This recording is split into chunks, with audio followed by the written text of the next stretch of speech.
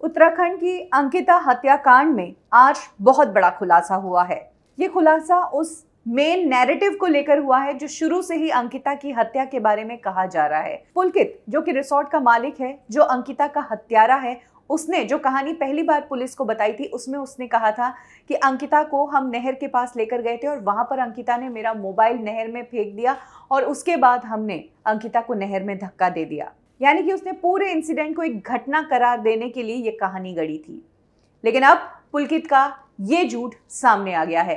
अंकिता को पुलकित नहर पर लेकर गया था सिर्फ और सिर्फ उसे नहर में धक्का देने के लिए ही, क्योंकि लड़ाई अंकिता और पुलकित के बीच रिसोर्ट में ही शुरू हो चुकी थी।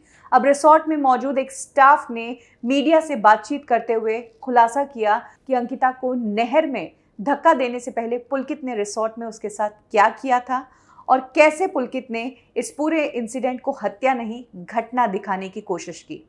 इस स्टाफ मेंबर ने कहा कि उस दिन मैं ऊपर वाले फ्लोर पे था, लेकिन नीचे वाले फ्लोर से मुझे अंकिता के चीखने चिल्लाने की आवाज़ आ रही थी। वो बार बार कह रही थी, हेल्प मी, मुझे यहाँ से बाहर निकालो, मुझे यहाँ से जाना है। इस स्टाफ मेंबर का कहना है कि पुलकित अंकिता को बुरी तरह पीट रहा था।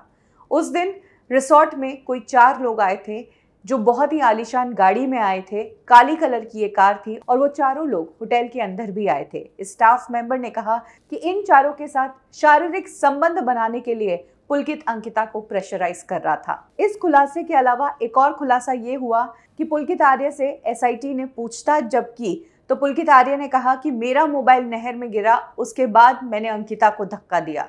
पुलिस की टेक्निकल टीम ने पुलकित आर्य को जब ये बताया कि अंकिता 18 सितंबर को रात को गायब हुई थी और तुम्हारा मोबाइल 19 सितंबर दोपहर तक ऑन था, उसके बाद स्विच ऑफ हुआ, ये कैसे? अगर तुम्हारा मोबाइल भी अंकिता से पहले नहर में गया तो तुम्हारा मोबाइल स्विच ऑफ क्यों नहीं था? पुलकित को जब पुलिस ने ये प्रूफ दिया तो पुलकित ने फाइनली सच उगला। पुलकित ने कहा कि हमने अंकिता की हत्या या अंकिता को नहर में पहले ही फेंक दिया था, लेकिन हमें इसे एक हत्या का नहीं, घटना का रूप देना था, इसीलिए मैं अपना मोबाइल अगले दिन नहर में फेंकने गया। नहर तक जो रास्ता है उस पर सीसीटीवी कैमरा है। मैं सीसीटीवी कैमरा में कैद नहीं होना चाहता था, इसीलिए मैंने दूसरा रास्ता अपनाया।